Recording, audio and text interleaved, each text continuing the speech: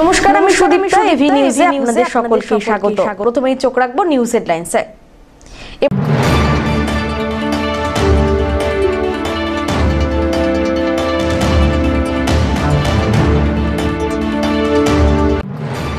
রবিবার দেশ জুড়ে ধুমধাম করে পালিত হলো রথযাত্রা। জলপাইগুড়ির একাধিক জায়গায় সাড়ম্বরে উৎসব পালন।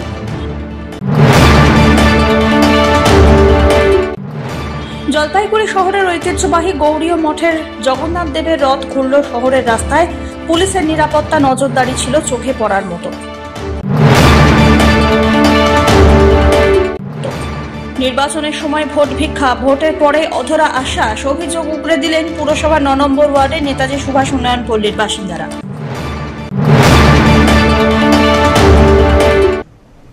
এবার আসছে বিস্তারিত সংবাদে। জলপাইগুড়ি শহরের ঐতিহ্যবাহী গৌড়ীয় মঠের জগন্নাথ দেবের রথ ঘুরল শহরের রাস্তায়। রবিবার বেলা বাড়তেই আকাশ পরিষ্কার হয়। এ কারণে অসংখ্য ভক্তের ভিড় লক্ষ্য করা যায়। পুলিশের নিরাপত্তা ও নজরদারিও ছিল চোখে পড়ার মতো। আষাঢ় মাসে শ্রী জগন্নাথ দেবের রথযাত্রা হয়। এই মাসের প্রধান উৎসব এইটি। রথযাত্রাকে কেন্দ্র করে দেশের বিভিন্ন জায়গায় মেলা উৎসবের আয়োজন হয়। আষাঢ়ের শুক্লা দ্বিতীয়া থেকে দশমী পর্যন্ত ৯ দিন পুরীর রথযাত্রা বিখ্যাত। জগন্নাথ দেবের রথযাত্রায় জগন্নাথ, বলরাম ও সুভদ্রার মূর্তি থাকে। কথিত আছে, রথের দড়ি টানলে মহাপুণ্য লাভ হয়। এদিন সব জায়গার সঙ্গে জলপাইগুড়ির গৌড়ীয় মঠে রথযাত্রা উৎসব এক বিরাট আকার ধারণ করল। জগন্নাথ, বলরাম, সুভদ্রা, সুদর্শন বিগ্রহ শহরের পুরাতন পুলিশ লাইনের গৌড়ীয় মঠ থেকে সুসজ্জিত রথে চেপে শহর পরিক্রমা করে। রাস্তার দুধারে ভক্তদের ভিড় ছিল উপচে পড়া। ভক্তরা শ্রী জগন্নাথ দেবের সামনে জল ছিটিয়ে ঝাড়ু দিয়ে রাস্তা পরিষ্কার করেন। ধীরে ধীরে রশি টেনে এগিয়ে যায় রথ। সঙ্গে সমান তালে বাজে শঙ্খ, ঘণ্টা, কাঁসর, ঢাক, ঢোল। ভক্তবৃন্দ ভক্তি সহকারে রথকে টেনে এগিয়ে নিয়ে যান। রথ থেকে রাস্তায় দাঁড়িয়ে দর্শনার্থীদের দেওয়া হয় প্রসাদ। রথ পুরাতন পুলিশ লাইনের গৌড়ীয় মঠ থেকে বেরিয়ে যোগমায়া কালীবাড়িতে অবস্থান করে। এই রথযাত্রাকে কেন্দ্র করে যোগমায়া কালীবাড়িতে এই দিন বিশাল মেলার আসর বসে। 7 দিন মাসির বাড়ি অর্থাৎ যোগমায়া কালীবাড়িতে বিগ্রহ অবস্থান করবে। চলবে পূজা অর্চনা। পুনরায় উল্টো রথে আবার ফিরে যাবে পুরাতন পুলিশ লাইনে।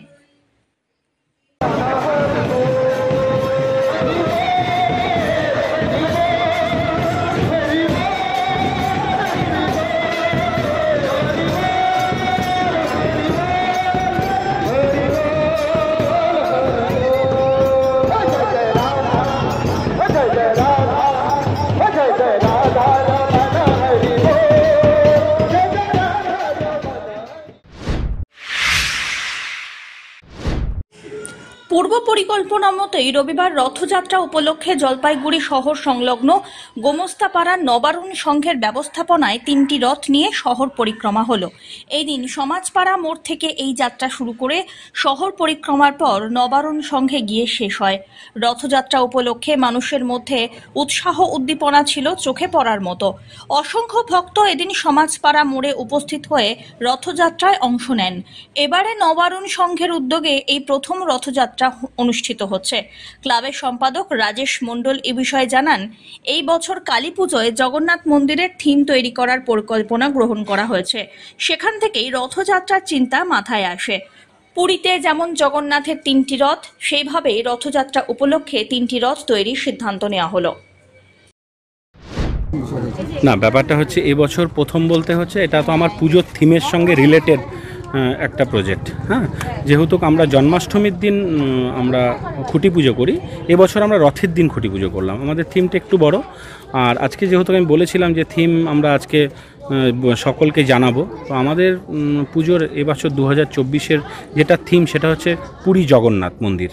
তো জগন্নাথ মন্দির যেহেতু পুরীর মন্দির আমাদের থিম, তো সেই থিমটাকে কথা মাথায় রেখেই যেহেতু বড় প্রজেক্ট, কাজটা আগে থেকে শুরু করতে হবে, সেই কথা চিন্তা করে সব কিছু মিলিয়ে ঝুলিয়ে রথযাত্রা দিয়ে আমরা শুভারম্ভটা করছি। আজকে খুঁটি পুজো আমাদের ইতিমধ্যে হয়ে গেছে। আমাদের খুঁটিগুলো এই রথে করেই আমরা নিয়ে যাব গোমস্তপাড়ায়।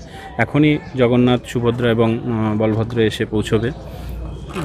যারা পুজো করছেন তারাও মালবাজার মঠের থেকে এসছেন এবং যেই মূর্তিটা সেটাও পুরী থেকে আনা হয়েছে।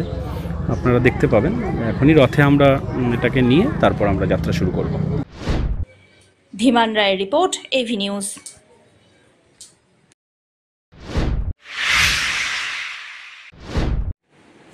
কাজ থেকে বাড়ি ফেরার সময় পথ দুর্ঘটনায় মৃত্যু হলো 2 যুবকের। আরও এক যুবক গুরুতর আহত অবস্থায় হাসপাতালে ভর্তি।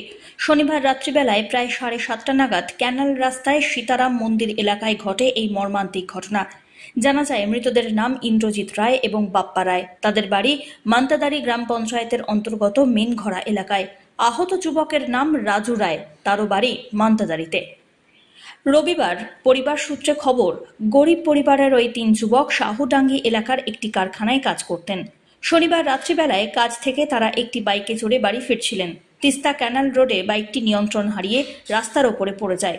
সেই সময় রাস্তায় চলাচলকারী একটি গাড়ি দুজনকে চাপা দিয়ে চলে যায়। গুরুতর আহত হন রাজু। স্থানীয়রা তাকে উদ্ধার করে 3 জনকেই উত্তরবঙ্গ মেডিকেল কলেজে নিয়ে যান। সেখানে কর্তব্যরত চিকিৎসক 2 জনকে মৃত বলে ঘোষণা করেন।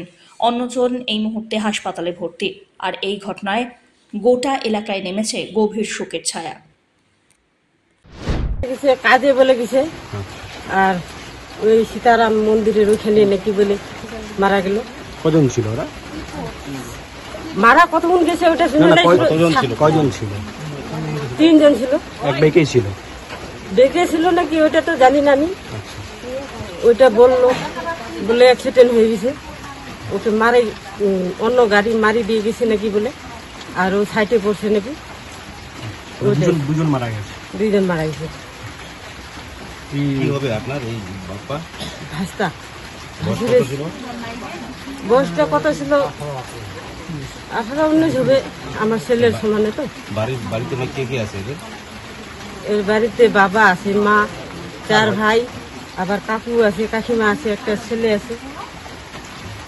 ও যে ইনকাম করতো, ওই ইনকামে কি সংসার চলে? না, বাগান আছে নিজেদের, আর টুকটাক কাজ করে। বাবা কি করে? বাবা তো কিছু করতে পারে না, অসুস্থ। মাও কিছু করতে পারে না, মাও অসুস্থ। এরকম চাষবাস করি আর ওই ভাইরা কাজ করি। কলেজেও পড়তো, এখন কলেজেও যায় আর টুকটাক বাইরে কাজও করে। বর্ষায় দিকবিদিক হয়ে হাসপাতালের 3 তলায় উঠে পড়ল সাপ। আর এই ঘটনায় ব্যাপক চাঞ্চল্য ছড়িয়ে পড়ে জলপাইগুড়ি মেডিকেল কলেজের IENT বিভাগে। রবিবার দুপুরবেলায় হাসপাতালে কর্মরত সিস্টার এবং ডাক্তাররা লক্ষ্য করেন হাসপাতালের মেঝেতে ঘুরে বেড়াচ্ছে একটি সাপ। মুহূর্তের মধ্যে ব্যাপক আতঙ্কের পরিবেশ সৃষ্টি হয়। খবর পেয়ে পরিবেশ কর্মীরা গিয়ে সাপটিকে উদ্ধার করে আনেন। জানা গিয়েছে কমন উলফ স্নেক নামে পরিচিত এই সাপটি নির্বিষ হলেও অত্যন্ত আক্রমণাত্মক। ভারী বৃষ্টির কারণে আশ্রয়স্থলে জল জমে যাওয়ায় কোনোভাবে সাপটি হাসপাতালের 3 তলায় উঠে পড়েছে। হঠাৎ করেই দেখতে পাই প্যাসেজ দিয়ে একটা সাপ বেরিয়েছে আর কি। ডক্টর সেন এসে আমাদেরকে বললো, ওটাতেই আমরা 2 জন নার্সিং স্টাফ যারা অন ডিউটি যাচ্ছি, ওখানে গিয়ে দেখলাম সাপটা এপাশ থেকে ওপাশে দেওয়ালে ওঠার চেষ্টা করছে আর কি। তখনই বিশ্বজিৎ থেকে ফোন করা হয়, তিনি এসে সাপটাকে ধরেন, তাতে করে পেশেন্টটাও রেস্কিউ হয়, আমরাও রেস্কিউ কিছুটা আর কি। কারণ হঠাৎ করে কাউকে কামড়ালে সেটাও আর কি সমস্যাই তৈরি হতো আর কি। এখানে চোখের পেশেন্টও ভর্তি আছে, ওটিও হয়েছে পেশেন্টের আর কি। আমরা হসপিটালে খবর পাই যে একটা সাপ বেরিয়েছে 3 তলাতে ENT বিভাগে। তারপর আমি এখানে আসার পরে দেখি যে হ্যাঁ, সাপটা ওই মেঝের মধ্যে ঘোরাফেরা করছিল, পাশে পেশেন্টরাও ছিল। তো সাপটাকে সাথে সাথে রেস্কিউ করা হয় এবং বলা হলো যে এটা নির্বিষ সাপ, এবং এই সাপটা অতিরিক্ত যে বৃষ্টি হচ্ছে, বৃষ্টির ফলে এরা বিভিন্ন জায়গায় শুকনো জায়গায় আশ্রয় নিচ্ছে। তো এরকমই একটা সাধারণ বিষয় আর কি। সেই জিনিসটা এনাদের সঙ্গে কথা বলা হলো, সিস্টার, ডাক্তারবাবু এবং পেশেন্ট যারা আছে তাদেরকেও বোঝানো হলো, যদি এরকম ধরনের ঘটনা ঘটে, যেহেতু চারিদিকে বৃষ্টি হচ্ছে, তাহলে যেন অবশ্যই আমাদেরকে তো খবর দেবেই, পাশাপাশি তারা যেন নিজেরা কিছু করতে না যায় সেই প্রাণী, মানে সেই সাপটার সঙ্গে। কারণ এই যেহেতু বৃষ্টি হচ্ছে, ওয়াল বেয়ে অনেক কিছু পোকামাকড় বা জীবজন্তু উঠে আসতে পারে। ঠিক, এটা ছিল কমন উলফ স্নেক। আচ্ছা, হ্যাঁ, এটা নির্বিষ সাপ। এটা যদি বাইট করে, এটা খুব কামড় দেয়, আক্রমণাত্মক সাপ। যদিও যদি কামড় দেয়, একটা টিটেনাস ইনজেকশন, এর বেশি কিছু লাগে না। পিনাকি শীলের রিপোর্ট, এভি নিউজ।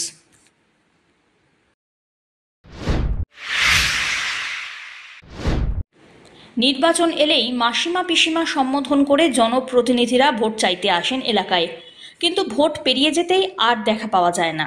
তাদের দেওয়া প্রতিশ্রুতিগুলিও আর পূরণ হয় না। মানুষের দুর্ভোগের কথা কেউ ভাবেন না, এমনই বক্তব্য জলপাইগুড়ি পুরসভার ৯ নম্বর ওয়ার্ডের নেতাজি সুভাষ উন্নয়ন পল্লীর জলমগ্ন এলাকার বাসিন্দাদের। প্রতি বছরের মতো এবারেও বর্ষায় চরম দুর্ভোগে পড়েছেন তারা। করলা নদীর বাঁধ ঘেঁষে ওয়ার্ডের বেশ কিছু বাড়িতে জল প্রবেশ করেছে। চরম সমস্যার মধ্যে দিয়েই দিন অতিবাহিত করতে হচ্ছে তাদের। সাপ পোকামাকড়ের আতঙ্কে দিশেহারা অবস্থা। ঠিক নিকাশি ব্যবস্থা না থাকায় প্রত্যেক বছর এলাকায় বড় একটি পুকুর বৃষ্টির জলে ভরাট হয়ে যায়। একে একে বাসিন্দাদের বাড়িতে জল প্রবেশ করে। শিশু বৃদ্ধদের নিয়ে চরম সমস্যায় এভাবেই পড়তে হয় প্রতি বছর। স্থানীয় বাসিন্দা দুলালী রায় আক্ষেপে সুরে জানান, এলাকা থেকে জল নামার জন্য উপযুক্ত ব্যবস্থা কেউ করেন না। ভোট এলেই বিভিন্ন প্রতিশ্রুতি দেওয়া হয়। এদিকে দুদিন ধরে বিভিন্ন বাড়িতে জল প্রবেশ করছে। অবস্থা খুবই খারাপ। মিউনিসিপালিটি এলাকা ৯ নম্বর ওয়ার্ড। সমস্যা আমাদের এই যে জলের তো এই যে ড্রেন সব ড্রেন বানাই দিছে, ড্রেনের মুখ নামাই দিছে ডুবাই। জল নামার ব্যবস্থা করে নাই কাউন্সিলর। আর যখন নাকি ভোট আসে তখন মাসিমা পিসিমা ভোট দাও। তা আমাদের এই যে বাড়ি ঘরে জল, এটাই আমাদের সমস্যা এখন। জল তো কালকের থেকে প্রচুর জল, অনেকের বাড়িতেই জল উঠছে। আজকে তো আরো বেশি জল, বৃষ্টি বেরোয়ার রাস্তা নাই তো। মিউনিসিপালিটি এলাকার ৯ নম্বর ওয়ার্ড। অন্যদিকে অপর বাসিন্দা রোহিণী বালা রায় এই দুর্ভোগের জন্য স্থানীয় কাউন্সিলরের ওপরেই দায় চাপাচ্ছেন। তিনি বলেন, এত সমস্যা কিন্তু কাউন্সিলর এলাকা পরিদর্শনে আসেন না। আমাদের সমস্যা হচ্ছে, দেখো বাড়িতে এত জল টল হয় আর আমরা যে এত বলি কিন্তু কাউন্সিলর কোনো মন দেয় না। কাউন্সিলর কোনো দেখে না। ভোটের সময় আসলে বলবে যে এইবার ব্যবস্থা করব, আপনি ভোটটা দেন। কিন্তু ভোটটা যে আমরা দিচ্ছি ওই আশা ভরসা করি ভোটটা দিচ্ছি, কিন্তু যা ভোট পাইলো ওর মতে ও থেকে গেল। আমাদের এই যে ৯ নম্বর, কিন্তু আমাদের পবন মণ্ডল ওয়ার্ড কমিশনের নাম, কিন্তু কোনো দেখিতেও আসে না, কই দেখতেও তো আসলো না। এই জমা জল আজকে থাকবেই এখন ১৫-১৬ দিন এখন থাকবে। বের হওয়ার রাস্তা নেই, বের হওয়ার রাস্তা করবে কোথেকে? ওখানে তো বাড়ি ঘর কইরা থুইছে, তো কোনো বুদ্ধি তো করতেছে না। না আসে নাই। কাউন্সিলরকে কালকে ফোন করা হয়েছে, আমার নাতিন ফোন করছে, ফোন উঠাচ্ছে না। আমরা চাচ্ছি যে জলের থেকে একটু মুক্তি পাওয়া। এমনি তো আমাদের কোনো সাহায্য আর কিচ্ছু নাই, একটু আইসা দেখেও না। আমরা চাই যে এই এলাকার লোক যে আমরা ৯ নম্বরে যে বাস করি, প্রত্যেকের জন্য একটু জলের থেকে মুক্তি পাই। এই যে জলে ডুবে আছে এখন, পোকা মাকড় কত কি, আরো বৃষ্টি হলে তো আরো ডুববে, তাহলে যাবো কোথায় আমরা? এদিকে পুরসভার ৯ নম্বর ওয়ার্ডের কাউন্সিলর প্রমোদ মণ্ডলের সঙ্গে যোগাযোগ করা হলে এ বিষয়ে কোনো মন্তব্য করতে চাননি তিনি। তার বক্তব্য, যা বলার পুরসভার চেয়ারপারসনকেই বলবেন। ধীমান রায়ের রিপোর্ট, এভি নিউজ।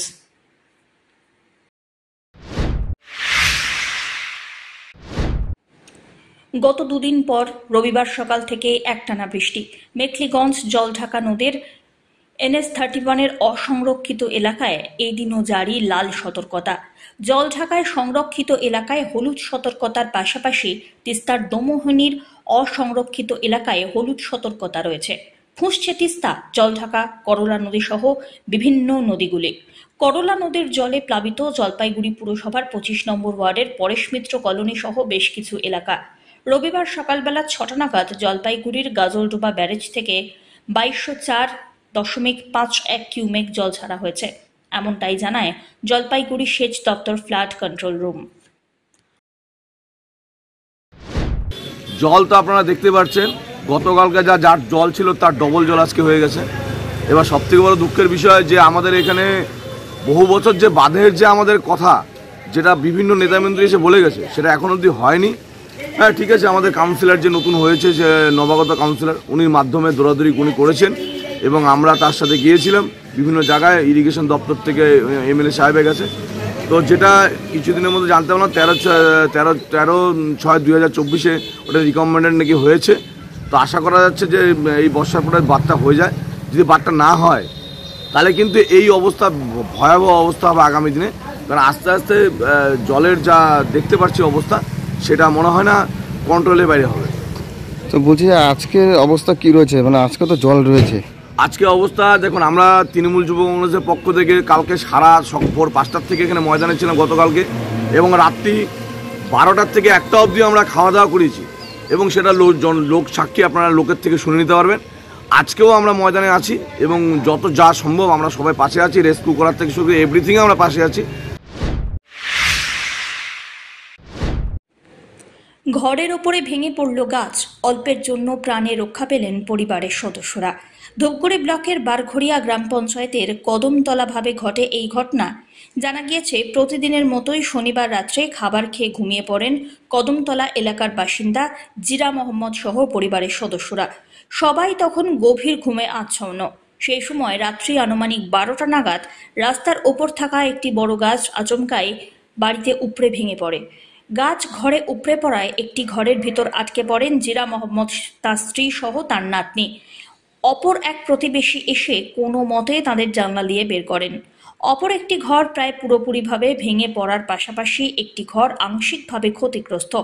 এদিকে যেই ঘরটি আংশিক ক্ষতিগ্রস্ত, সেই ঘরে ছিলেন জিরা মোহাম্মদের ছেলে এবং অন্তঃসত্ত্বা বৌমা। স্বাভাবিকভাবেই বড়সড় দুর্ঘটনা ঘটতে পারত।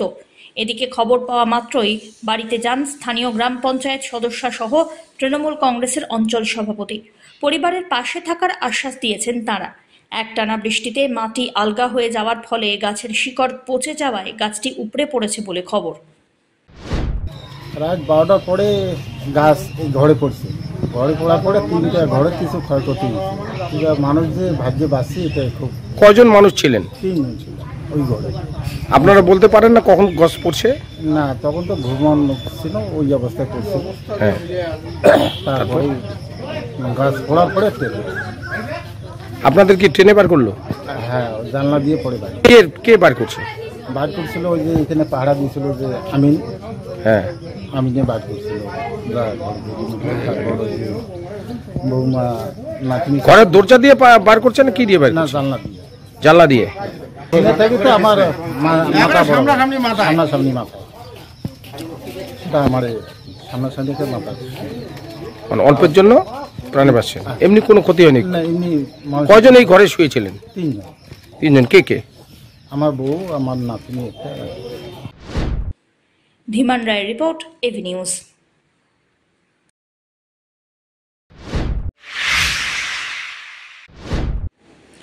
জলমগ্ন এলাকার মানুষের পাশে জলপাইগুড়ি পুরসভার 1 নম্বর ওয়ার্ডের কাউন্সিলর। গত 2 দিন থেকে অবিরাম বৃষ্টি জলপাইগুড়িতে। জলমগ্ন জলপাইগুড়ি পুরসভার বিভিন্ন ওয়ার্ডের পাশাপাশি 1 নম্বর ওয়ার্ডের হাসপাতাল পাড়া ও নিচু মাঠ সংলগ্ন এলাকা। হাসপাতাল পাড়া এলাকায় কিছু কিছু বাড়িতে জল ঢুকে যাওয়ায় চরম হয়রানির শিকার ওই এলাকার বাসিন্দারা, যার ফলে রান্নার কাজ করতে অসুবিধার সম্মুখীন হতে হচ্ছেন বাড়ির মহিলারা। ওয়ার্ডের বাসিন্দাদের কথা চিন্তা করে ওয়ার্ডবাসীর পাশে দাঁড়ান কাউন্সিলর নীলম চক্রবর্তী শর্মা। এদিন ওয়ার্ডের নাগরিক পরিষেবা কেন্দ্রের অফিস থেকে রান্নার ব্যবস্থা করে রাত্রে খাবার তুলে দেন জলমগ্ন এলাকার মানুষের হাতে। রাতের খাবারের পাশাপাশি দিনের বেলার খাবারের ব্যবস্থা করেন কাউন্সিলর নীলম চক্রবর্তী। কাউন্সিলরের এহেন উদ্যোগকে যথেষ্টই সাধুবাদ জানাচ্ছেন সাধারণ নাগরিকরা। যদিও প্রতি বছর বর্ষা এলেই হাসপাতাল পাড়া ও নিচুমাঠ এলাকা জলমগ্ন হয়ে পড়ে। জলমগ্ন এলাকার মানুষের জন্য পুরসভার পক্ষ থেকে ওয়ার্ডে ফ্ল্যাট শেল্টারের ব্যবস্থাও করা হয়েছে বলে খবর। আজকে 1 নম্বর ওয়ার্ডে প্রতি বছরের মতনই এখানে একটা সমস্যা, যেহেতু করলা পাড়ে এই ওয়ার্ডটা প্রতি বছরই মানে বর্ষা গত 14 ঘন্টা ধরে টানা বৃষ্টি হচ্ছে।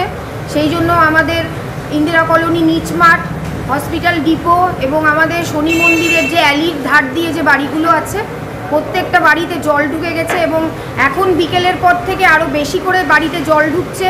তারা বেরোতে পারছে না, তাই তাদের খাওয়া দাওয়ারও সমস্যা হচ্ছে। জলের ট্যাঙ্ক, চিরাগুড় এবং ত্রিপাল দেওয়ার তো হচ্ছেই, তাছাড়া তাদের রাতের খাবার ব্যবস্থাও করা হচ্ছে। দুপুরেও খাওয়ার ব্যবস্থা করা হয়েছিল এবং এখন রাতের রান্নাবান্না চলছে।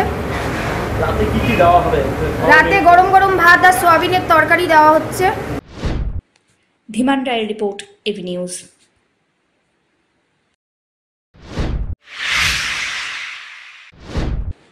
বাঙালির শ্রেষ্ঠ উৎসব দুর্গোৎসব, তার এখনো অনেক দেরি। তবে ইতিমধ্যেই শ্যামা পুজোর সূচনা হয়ে গেল ধূপগুড়িতে। ধূপগুড়ির শ্যামা পুজো উৎসব উত্তরবঙ্গ তথা রাজ্যের মধ্যে অন্যতম সেরা। আর রথযাত্রার এই শুভ দিনে উত্তরবঙ্গের ঐতিহ্যবাহী ধূপগুড়ির STS ক্লাবের ৫৪তম দীপান্বিতা উৎসবের খুঁটি পুজো অনুষ্ঠিত হলো। এই উপলক্ষে রবিবার এক বিশাল শোভাযাত্রা গোটা ধূপগুড়ি শহর পরিক্রমা করে। বর্ণাঢ্য শোভাযাত্রায় উপস্থিত ছিলেন ধূপগুড়ি মহকুমা শাসক পুষ্পা দোলমা লেপচা, মহকুমা পুলিশ আধিকারিক গ্যালসন লেপচা সহ বিশিষ্ট ব্যক্তিরা, ক্লাব কর্মকর্তা এবং সাধারণ মানুষও উপস্থিত ছিলেন। শোভাযাত্রায় বিভিন্ন সাংস্কৃতিক দল, স্কুল কলেজের ছাত্রছাত্রীরা অংশগ্রহণ করে। শোভাযাত্রা শেষে STS ক্লাবের পাশে মিলনী ময়দানে খুঁটি পুজো হয়। এবার এই ক্লাব মায়ানমারের প্যাগোডার গোল্ডেন টেম্পলের আদলে পুজো মণ্ডপ নির্মাণ করছে। পাশাপাশি চমক থাকবে প্রতিমা এবং আলোকসজ্জাতেও। উল্লেখ্য, প্রতি বছর দীপাবলি উৎসবে ধূপগুড়িতে নামে মানুষের ঢল। পার্শ্ববর্তী জেলা, রাজ্য, এমনকি প্রতিবেশী দেশ নেপাল, ভুটান, বাংলাদেশ থেকেও অনেকেই ধূপগুড়ির দীপাবলি উৎসবে সামিল হন। আমাদের ৫৪তম স্টেজ ক্লাবের শ্যামা পুজো, সেটা অনেক বৃহৎ আকারে ধূপগুড়ির মানুষ নয়, উত্তরবঙ্গের মানুষের একটা বড় আকর্ষণ। তো এই প্যান্ডেল তৈরি করতে আমাদের দীর্ঘ সময় লাগে, সেই জন্য আজকে আমরা শুভ দিনটা বেছে নিয়েছি। আমরা আজকে রথযাত্রা, এই শুভ দিন আজকে আমাদের খুঁটি পূজা হলো, ৫৪তম শ্যামা পূজা, এবং এইভাবেই আমাদের প্যান্ডেল অলরেডি ঠিক হয়ে গেছে, আমাদের মূর্তি ঠিক হয়ে গেছে, লাইট ঠিক হয়ে গেছে। সব মিলিয়ে একটা ঐতিহাসিক পূজার সাক্ষী হতে চলেছে গোটা উত্তরবঙ্গের মানুষ। এবার চমক রয়েছে যে বাংলাদেশের যে আমাদের টেম্পেল আছে, টেম্পেলের আদলেই মূর্তি হচ্ছে, আপনাদের প্যান্ডেল হচ্ছে।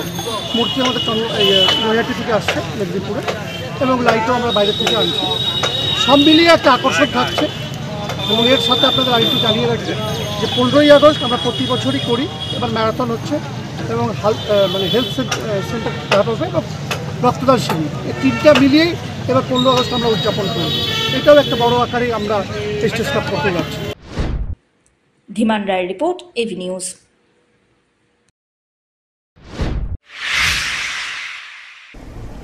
শেষ করবার আগে নিউজ হেডলাইন্স আরো একবার।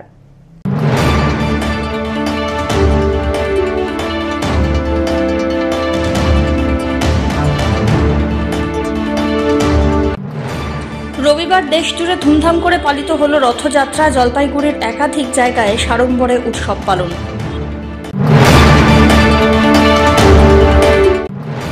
জলপাইগুড়ি শহরের ঐতিহ্যবাহী গৌড়ীয় মঠের জগন্নাথ দেবের রথ ঘুরল শহরের রাস্তায়। পুলিশের নিরাপত্তা নজরদারি ছিল চোখে পড়ার মতো। নির্বাচনের সময় ভোট ভিক্ষা, ভোটের পরে অধরা আশ্বাস, অভিযোগ উগরে দিলেন পুরসভা ৯ নম্বর ওয়ার্ডের নেতাজি সুভাষ উন্নয়ন পল্লীর বাসিন্দারা।